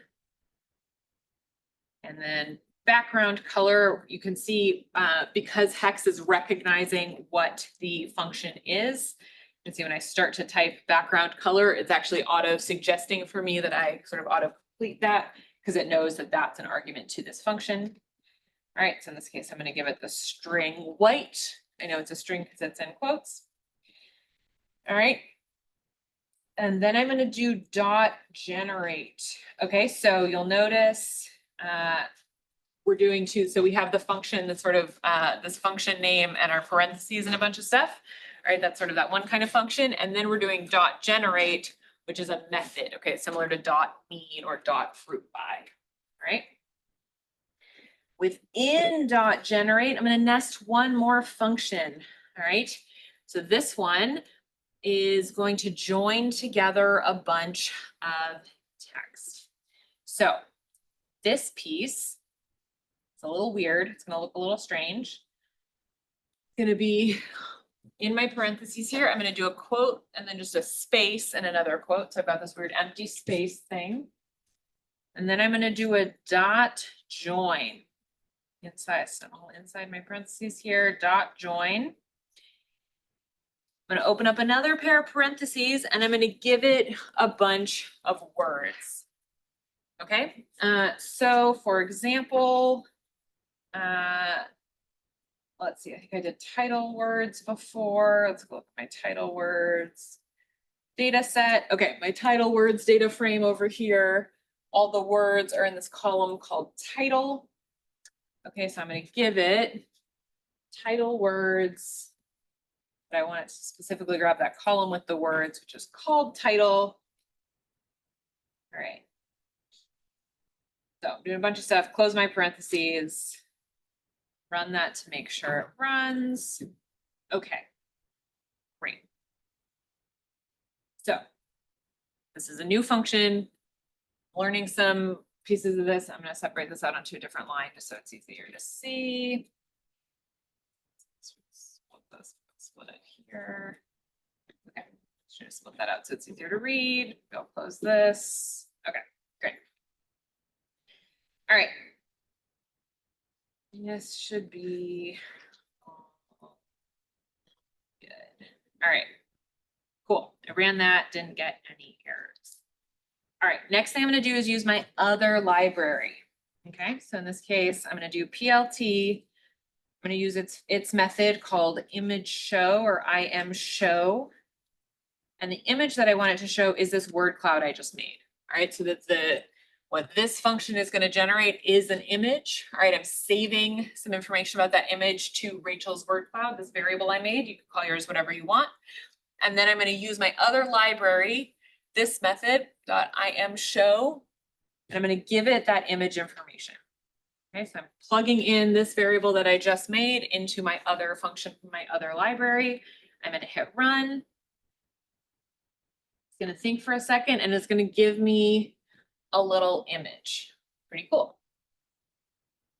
All right, I'm going to do a couple of other things. I'm going to use a couple of other methods to sort of manipulate how this is showing up. All right, so for one thing, it's showing up a little bit small. All right, so I'm going to use another method here called .figure. It's going to allow me to set the size. All right, so I'm going to bring this up. So I'm going to add one more kind of piece to kind of use one more function from my plotting library, which is going to allow me to set figure size or fig size. So I'm doing plt.figure fig size. I'm giving it 8x8. I forget what the units are on that, but it made it a little bigger, so I did that. All right, great. And then the very last thing I'm going to do, one more function. It's plot.show, which instead of giving me sort of like the preview version, it's going to give me a slightly larger version of my word cloud. All right, so we can see that my word clouds come out a little different, right? So here, this one that I just typed out here for this demo is the episode titles. Okay, all the words from our episode titles from our Seinfeld data set. I previously did one, exact same code, but I did the same sort of thing for our descriptions, our episode descriptions. And you can see it generated a different word cloud, right? The word George and Elaine come up a lot there. George and Elaine aren't, they're in the descriptions, but they're not in the episode titles as often. So it's generating different word clouds. All right, so this is cool because the same little chunk of code is the same, I think it's basically the same in both of these unless I missed anything.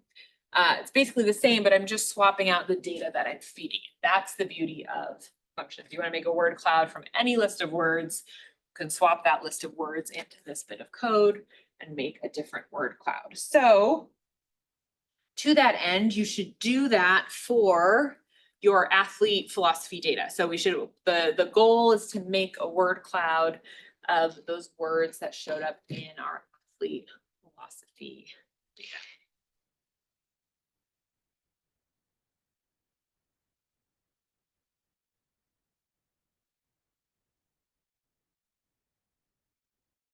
You should have something that looks very similar to this, but with a different column of information that you're giving it there. It's essentially a different list of words to create a word cloud.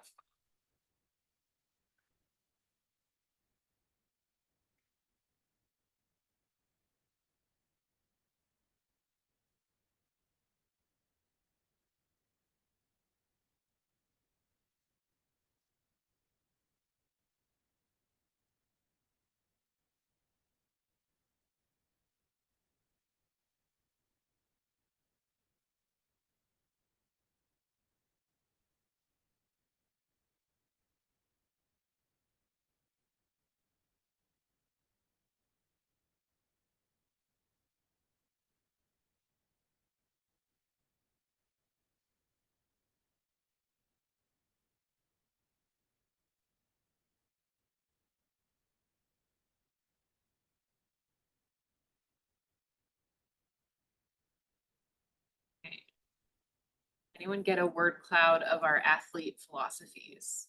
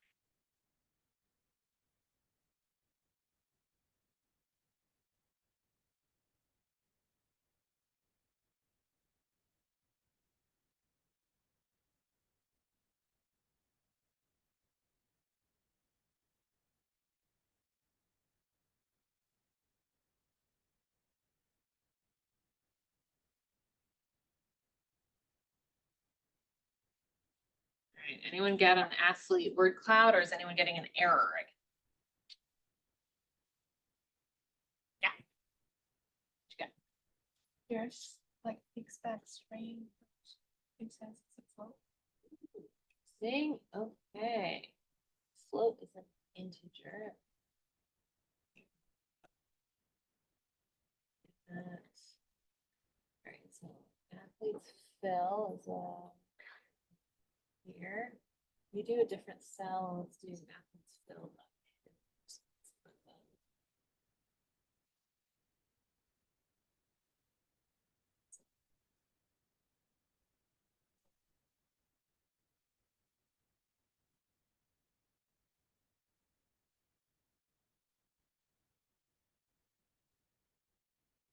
Oh, I think I got an extra H in there.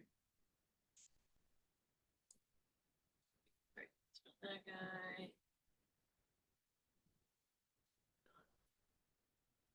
All right, good.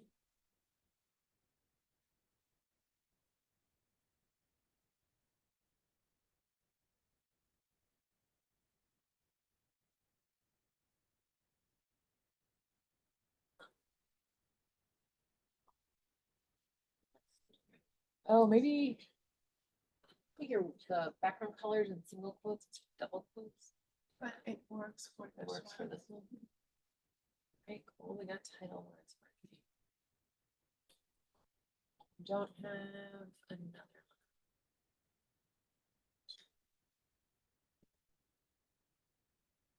one. Let's do it. Can you copy just line 5 to a different cell?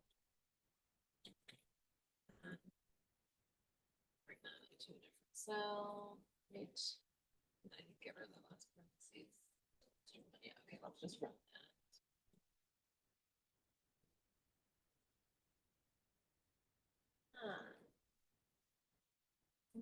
Okay. You go up to where you make your athletes feel.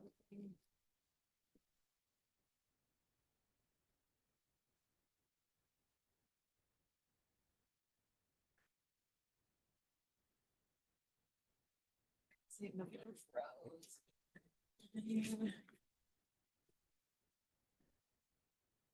Yeah, 66552, right? So do and two. Do that now.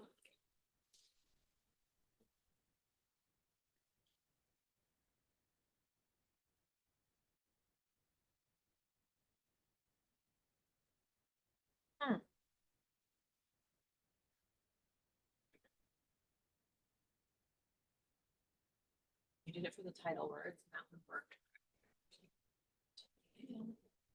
It's the same as show, you did what? What generate.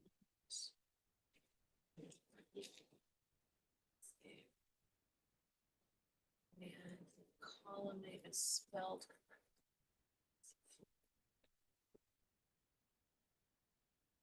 Okay.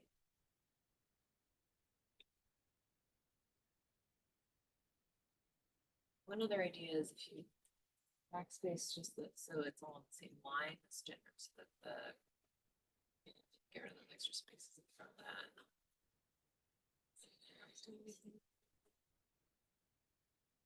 Possible.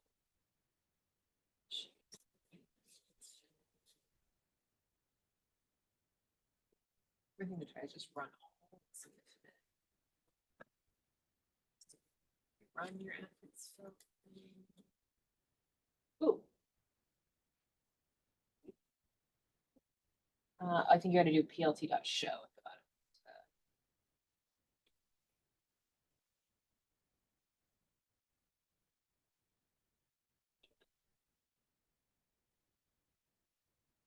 Okay, but then if you hit run on this very bottom one, that one's still working, right? Yeah, that one's working. Okay. I'm gonna come back to that in a second. Let me think on that for a second. Yeah. What you got? Error. Okay, cool. What is the error that she got? I saw like the fixer's magic, but Uh-huh. it comes up with something like I don't understand, Yes. something like There- this. Yeah, that's a good example. We'll talk more about the AI system next week, but it's very hit or miss, so So good instincts on that. Okay, what, you have the same, you have the same. Okay, I'm gonna come back to yours, because yours is the same issue as Okay, hers. sure. Is everyone having the same issue? yeah, I think like I don't know this, but like they said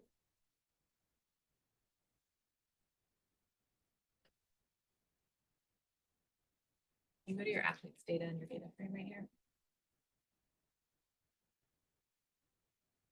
Ooh, okay, so so you should be pulling from that one that we made. I suppose Oh, you it already was tried that? like this, like never give up. So this one we used as the data philosophy.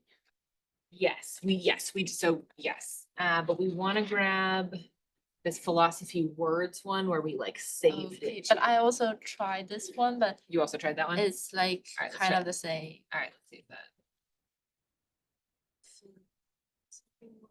Great. All right, let's try that.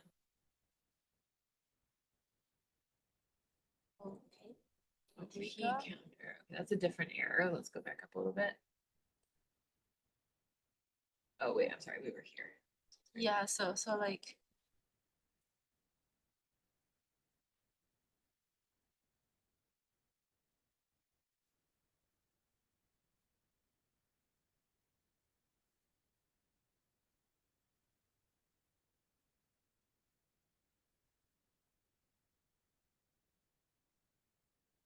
Anyone else having an, oh, okay, I'll I'll look at wait. that once it loads. Anyone else having an error issue besides the folks I already talked to? Did anyone get their word cloud working?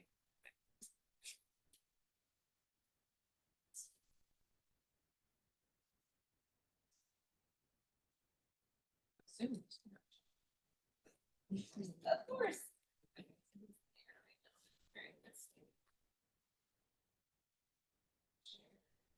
This. Okay. All right, no one else, so did anyone get their word cloud working for their athletes data? Anyone get a word cloud for, should be something really define athlete words.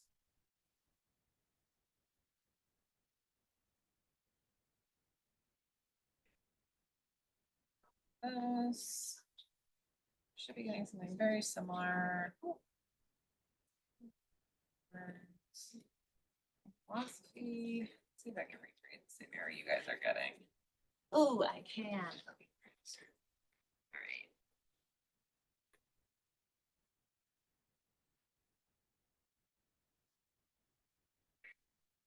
Right, so when you get an error like this, usually what you want to go do is look at the error that you have. So what I was just doing with these folks here, in case anyone else is getting the same thing, I'm going to go look at my athlete words. Dot head. Okay, so that's all right. So I'm gonna make sure that this looks good. It looks like I've got my row numbers correct. I've got philosophy column looks right to me. Okay. Node. Try. Okay, if you cannot get it working with athlete words, you should be able to get it working with either title, either the episode title words that we did before or the episode description words. For right now, Yeah, I figured out it's because there's like the no value in it, so if I add this to it. oh, sweet. Okay, fantastic. All right. We got a helper. Okay, very good. How did you figure that out? Great. Okay, good. Great use of an AI tool. Okay, so need to come down here. We're going to add one more function to the end. Let's see if that works it out. Okay, great. So for anyone who's getting the same error, looks like it's thinking. All right, looks like basically we had a few blank words because of those folks. We could have filtered those out in a previous step, which I think I maybe skipped in the demo, which is maybe why we're running into this. But we've added one more function. So after our athlete words, we've added one more method, one more function, dot fill NA, which should fill in any blank ones and generate our word cloud. Thank you for that. Okay, mine is still loading a little slowly, but also the Zoom crash. So what's going on? With the internet, must be a full moon or something. Okay, so we're down to our last couple minutes. So we covered a lot of stuff today. Okay, so just kind of in general, what the intention for today's session, we're almost done, just a couple more minutes. The intention for today's session was to show you kind of an example of something you can do with Python, all right? So, and most, I would say 80% of what we did today, you could have done without Python. To show you some tools of how to do it.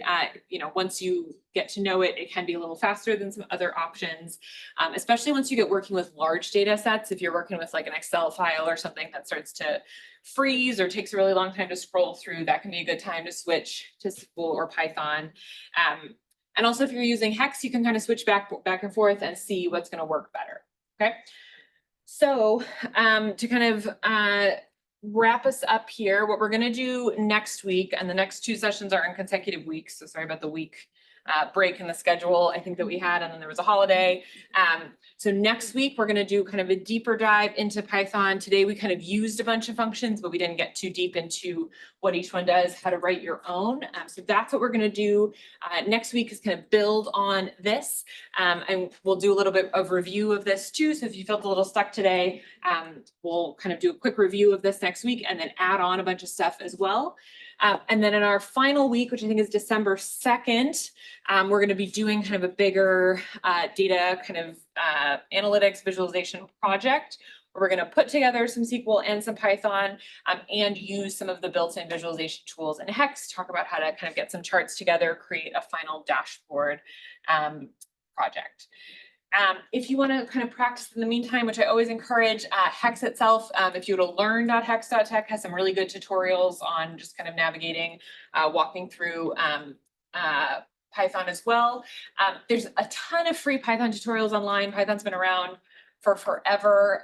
My dad actually taught me Python when I was like 8 maybe, and it was like a new-ish.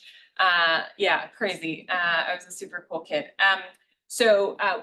In a lot of Python tutorials, you're going to see a bunch of setup steps at the beginning that are going to have you like set up a notebook or download a bunch of stuff. With Hex, you can skip all that setup and just go to where they're writing the first lines of code. All right, so that's the reason I like this tool. It makes it a lot easier to kind of follow along with other stuff. You don't have to download anything to your computer or anything like that. So there's stuff on YouTube. There's all kinds of stuff. Happy to point you to specific things if you like, but anything that you find, just skip any setup and you can just do anything you want in a Hex document. Okay, I think that brings us right to the end of time. I'm going to hang out for a couple more minutes if you had any questions or any other error messages or anything from this, and hope to see you all next week for part 2. Thanks for coming.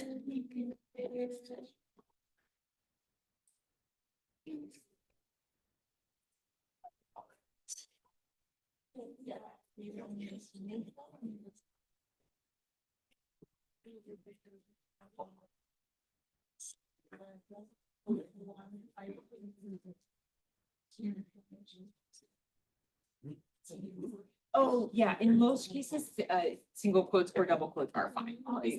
First draft, yeah, yes, for most of the cases relevant to you there, yeah, no problem.